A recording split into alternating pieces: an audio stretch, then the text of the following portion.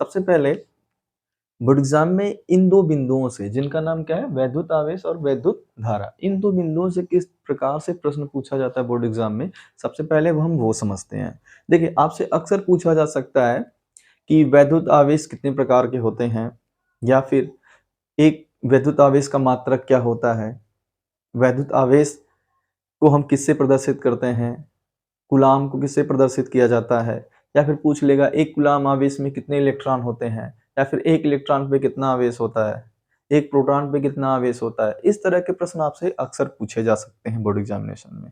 दूसरी चीज, आपसे पूछा जा सकता है विद्युत धारा से संबंधित सवाल। 1 एम्पीयर की परिभाषा ही पूछी जा सकती है। अगर 1 एम्पीयर की परिभाषा नहीं पूछी जा रही है तो इसके मात्रक पूछ लिए जाते हैं कि विद्युत धारा का मात्रक क्या होता है, एसआई, एम्पीयर होता है एसआई मात्रक, और कूलाम प्रति सेकंड इसका होता है अन्य मात्रक। ठीक है, इसी तरह से इसका फार्मूला पूछ लिया जाता है। तो ओवरऑल हम लोग कह सकते हैं कि ये जो टॉपिक हम पास पढ़ेंगे बोर्ड एग्जाम से महत्वपूर्ण है, अधिकतम अति लघु उत्तरीय प्रश्न और बहुविकल्पी प्रश्नों के लिए। और याद रखिएगा, जरूर से जरूर इन दोनों टॉपिक से कुछ न कुछ पूछा जाता है। तो शुरुआत करते हैं। सबसे पहले अगर हम बात करें वैद्युत आवेश क्या होता है, वैद्युत आवेश को इलेक्ट्रिक चार्ज कहा जाता है। तो वैद्युत आवेश समझ लीजिए क्या होता है कि यह एक अज्ञात शक्ति है जो पदार्थों को अपनी तरफ आकर्षित अथवा प्रतिकर्षित कर सकता है। वैद्युत आवेश एक अज्ञात शक्ति होती है, अननोन पावर है, इसको कोई देख नहीं सकता है। इसको इस तरह से समझा जा सकता है कि यह पदार्थों को अपनी तरफ आकर्षित अथवा प्रतिकर्षित करता है। जैसे आपने देखा होगा, कभी आप धूप में प्लास्टिक की चेयर पे अगर बैठिए तो आपके जो बाल होते हैं हाथ वगैरह के, वो कुर्सी की तरफ आकर्षित होने लगते हैं। या फिर आपने ये प्रैक्टिकल तो किया होगा अपने, अगर हेयर पे हम लोग पेन को इस तरह से रगड़ते हैं, रब करने के बाद कागज के छोटे टुकड़ों के पास ले जाते हैं तो उनको आकर्षित करने लगता है। तो ये जो आकर्षण और प्रतिकर्षण का गुण हम देख रहे हैं वो वैद्युत आवेश की वजह से होता है। किसकी वजह से होता है? वैद्युत आवेश की वजह से होता है। चाहे कुर्सियों और फिर प्लास्टिक के वस्तुओं की तरफ हमारे शरीर के जो बाल होते हैं उनका आकर्षित होना हो गया, या फिर हम बाल को यदि किसी फर से या फिर अपने सर के बाल से रगड़ते हैं किसी भी प्लास्टिक को, उसको किसी हल्की वस्तु के पास, चाहे कागज के टुकड़े, लकड़ी के छोटे छोटे टुकड़ों की तरफ ले जाते हैं तो उनको आकर्षित करने लगता है। तो इसी जो अज्ञात शक्ति को हम लोग महसूस कर पा रहे हैं, इसी अज्ञात शक्ति को क्या कहा जाता है? वैद्युत आवेश। तो वैद्युत आवेश एक अज्ञात शक्ति होता है जो अत्यंत हल्के पदार्थों को अपनी तरफ आकर्षित अथवा प्रतिकर्षित करने का गुण रखता है। इसे क्यू से प्रदर्शित करते हैं। इसे किससे प्रदर्शित करते हैं? क्यू से। और इसका जो मात्रक होता है वह कूलाम होता है। इसका मात्रक क्या होता है? कूलाम होता है। कूलाम आखिर एक वैज्ञानिक है जिन्होंने वैद्युत धारा को, वैद्युत आवेश को एक्सप्लोर किया था और बताया था, बहुत उसके बारे में डीप नॉलेज दिया था, प्रयोगों के द्वारा सिद्ध किए थे वैद्युत आवेश को। इसलिए इनका जो आवेश का मात्रक है उसे कूलाम से प्रदर्शित किया जाता है। दूसरी चीज अगर हम बात करें, ये मुख्यतः दो प्रकार के होते हैं, धन आवेश और ऋण आवेश, प्लस क्यू और माइनस क्यू। आई बात समझ में? तो वैद्युत आवेश एक अज्ञात शक्ति का नाम है जो अत्यंत हल्के पदार्थों को अपनी तरफ आकर्षित अथवा प्रतिकर्षित करता है। यह मुख्यतः दो प्रकार के होते हैं, धन आवेश और ऋण आवेश। इसे क्यू से प्रदर्शित करते हैं। इसका यसाई मात्रक कूलाम होता है। वैद्युत आवेश का यसाई मात्रक कूलाम होता है।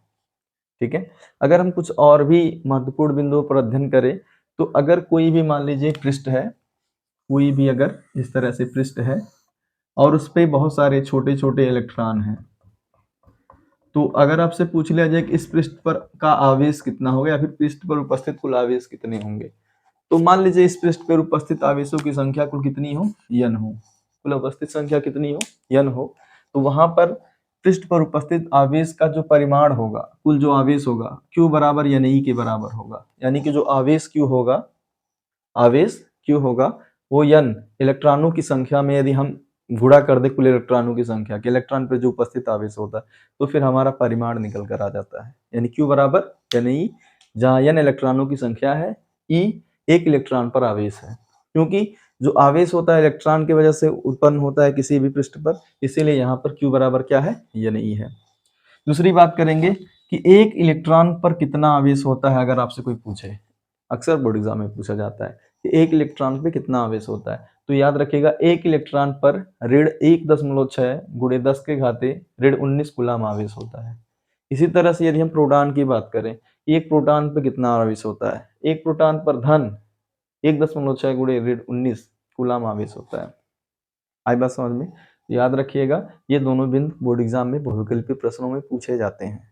दूसरी बात अगर हम बात करें कि एक माइक्रो कूलाम क्या होता है, देखिए जैसे हम लोग 1 सेंटीमीटर 1 मीटर पढ़ते हैं, 1 किलोमीटर पढ़ते हैं, तो मात्रक बदलते हैं ना, 1 मीटर में कितना सेंटीमीटर होता है, 1 किलोमीटर में कितने मीटर होते हैं। ऐसे ही अगर हम बात करें 1 कूलाम की, तो हम लोग जान ही रहे हैं, तो 1 माइक्रो कूलाम बराबर जो होता है 10 के घातीय ऋण 6 कूलाम होता है। 1 माइक्रो कूलाम बराबर कितना होता है, 10 के घातीय ऋण 6 कूलाम होता है। इसी तरह से 1 पीको कूलाम बराबर होता है 10 के घातीय ऋण 12 कूलाम। ये यूनिट कन्वर्टर है, सवाल लगाते समय आपको हो सके इनकी जरूरत पड़े और पड़ेगी, ठीक है। दूसरी चीज अगर हम बात करें कि हमने ये देख लिया कि इलेक्ट्रॉन पे कितना आवेश होता है, प्रोटॉन पे कितना आवेश होता है, कुछ कन्वर्टर भी देख लिया हमने। अगर आपसे कोई पूछता है कि 1 कूलाम आवेश में इलेक्ट्रॉनों की संख्या कितनी होती है, मान लीजिए कहीं पे 1 कूलाम आवेश है, तो उसमें कितने इलेक्ट्रॉन मिलकर के 1 कूलाम बनाए हो, इलेक्ट्रॉनों की संख्या कितनी होगी। तो इसको गणना करने के लिए, चूंकि हम लोगों ने क्या पढ़ा था थोड़ी देर पहले यहाँ पे, कि किसी भी पृष्ठ पर उपस्थित आवेश जो Q होता है वो N इंटू E के बराबर होता है। तो हम लोग यहाँ कह सकते हैं कि यहाँ पे जो Q बराबर NE के फार्मूले से हमको आवेश दिया हुआ है कितना, 1 कूलाम पूछा है, हमने Q की जगह पे क्या रख दिया, 1। दूसरा चीज NE फार्मूला ही होता है, तो N हमको ज्ञात करना है, N को वैसे ही रख दिए। अब 1 इलेक्ट्रॉन पे आवेश कितना होता है, 1.6 गुणे 10 के घातीय ऋण 19 कूलाम, हमने उसकी वैल्यू रख दिया। अब इसको जब आप लोग n की वैल्यू निकालेंगे यहाँ से मैथमेटिकल तरीके से कैलकुलेशन करते, तो n यहाँ पे ये गुणा कर रहा है, तो यहाँ पे बटे में चला जाएगा, तो मैंने देखिए 1 के बटे में 1.6 गुणे 10 के घातीय ऋण 19 लिख दिया। जब आप इसको भाग देंगे तो आपको प्राप्त होगा 6.25 गुणे 10 के घातीय 18। आए बस समझ में, यानी कि बहुत ज्यादा जब इलेक्ट्रॉन 10 के घातीय 18 अपने आप में एक बहुत बड़ी राशि है, यानी बहुत बड़ी संख्या होती है, और उतने सारे इलेक्ट्रॉन जब एक पास इकट्ठा होते हैं तब जाके कितना बनता है, 1 कूलाम आवेश बनता है। 10 के घातीय 18 से आप मान सकते हो किसी भी संख्या के आगे 18 जीरो, 5 जीरो में तो 1 लाख हो जाता है, तो 18 जीरो समझिए बहुत बड़ी संख्या होगी, ठीक है। तो यहाँ पे यदि इतने सारे इलेक्ट्रॉन एक जगह पे कहीं पे इकट्ठा होते तो वहां पे जो आवेश होता है वो 1 कूलाम होता है, ठीक है। आई होप आप लोगों को आवेश के बारे में थोड़ी बहुत जानकारी हो गई होगी। याद रखिएगा इन बिंदुओं को, ये बोर्ड एग्जाम के बहुविकल्पी प्रश्नों के लिए महत्वपूर्ण है, ठीक है, अक्सर पूछा जाता है। दूसरी बिंदु है एक हमारा विद्युत धारा। देखिए आवेश प्रवाह की दर को विद्युत धारा कहते हैं, ये आप भी पहले से जानते थे, और याद रखिएगा बोर्ड एग्जाम में पूछा जा सकता है कि विद्युत धारा से आप क्या समझते हैं, इसका SI मात्रक लिखिए। तो आप सीधा लिखिएगा, आवेश प्रवाह की दर को विद्युत धारा कहते हैं, इसे I से प्रदर्शित करते हैं, इसका SI मात्रक एम्पियर होता है, अतः I बराबर होता है Q अपॉन T, यानी आवेश बटे समय। वैद्युत धारा बराबर क्या होता है, वैद्युत आवेश बटे समय। इसका मात्रक क्या होता है, एम्पियर या फिर कूलाम प्रति सेकंड, क्योंकि आवेश का मात्रक कूलाम होता है और समय का मात्रक सेकंड। तो विद्युत धारा के एक अन्य मात्रक भी है जिसे हम कूलाम प्रति सेकंड कह सकते हैं, ठीक है। अब चूंकि हम लोग जानते हैं Q बराबर NE भी होता है, यहाँ पे देखिए, तो हम I बराबर NE अपॉन T भी लिख सकते हैं। I बराबर क्या लिख सकते हैं, NE अपॉन T, यानी वैद्युत धारा बराबर इलेक्ट्रॉनों की संख्या गुणे इलेक्ट्रॉन पर उपस्थित आवेश बटे समय। ये बात भी हम लिख सकते हैं, ये इसका भी मात्रक एम्पियर ही होगा, ठीक है। तो आपसे इन बिंदुओं पे पूछा जा सकता है। अभी कुछ आंकिक प्रश्न जब हम लोग करेंगे तो फिर इन दोनों फार्मूलों का उपयोग होगा, तो आप लोगों को जरूर से जरूर ये दोनों बिंदु याद रखना है कि फार्मूला जो I का होता है विद्युत धारा का होता है वो Q अपॉन T भी होता है और NE अपॉन T भी होता है, ठीक है। कभी कभी बोर्ड एग्जाम में पूछ लेता है कि 1 एम्पियर को परिभाषित कीजिए या फिर 1 एम्पियर की परिभाषा दीजिए। देखिए मेरे हिसाब से मान लीजिए कि यदि कोई ये चालक तार है, ये कोई चालक है